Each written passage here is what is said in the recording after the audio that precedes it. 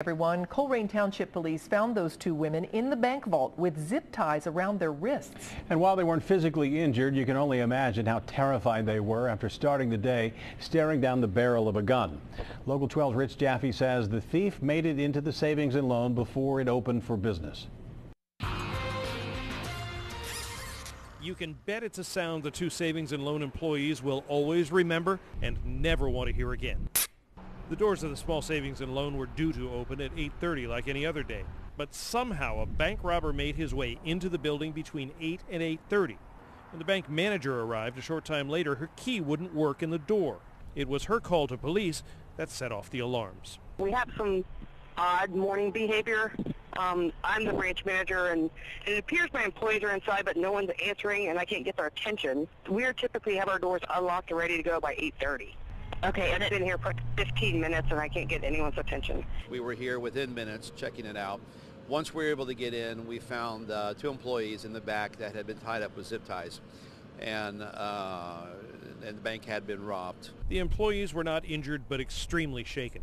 The man made it out of the building with an undisclosed amount of cash and headed back through the parking lot on foot. We were looking for a man in his 40s, had on a black sweatshirt, blue jeans, white New Balance gym shoes. This is a white male, right? This is a white male. He had on a mask. The only thing that was showing was his eyes, but we could tell it was a white male. Police also say the thief clearly had a plan, including a jammed door and a simple tool guaranteed to terrify.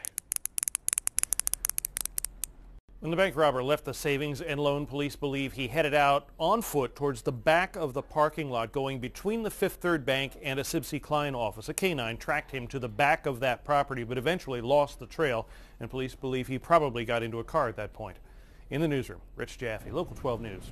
Cammy, Rob? We do stories all the time, Rich, about people who stare down these guns in these potentially violent situations, and it changes everything. It makes it terror, doesn't it? That's exactly what it is. You know, you can only imagine what those women were going through all day long and will continue to go through, and especially think about them going back to work the next few days.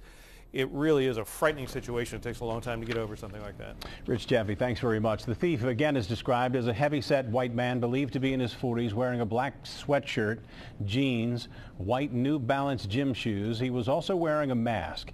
If you have any information on the robbery that may help investigators, call Crime Stoppers 352-34.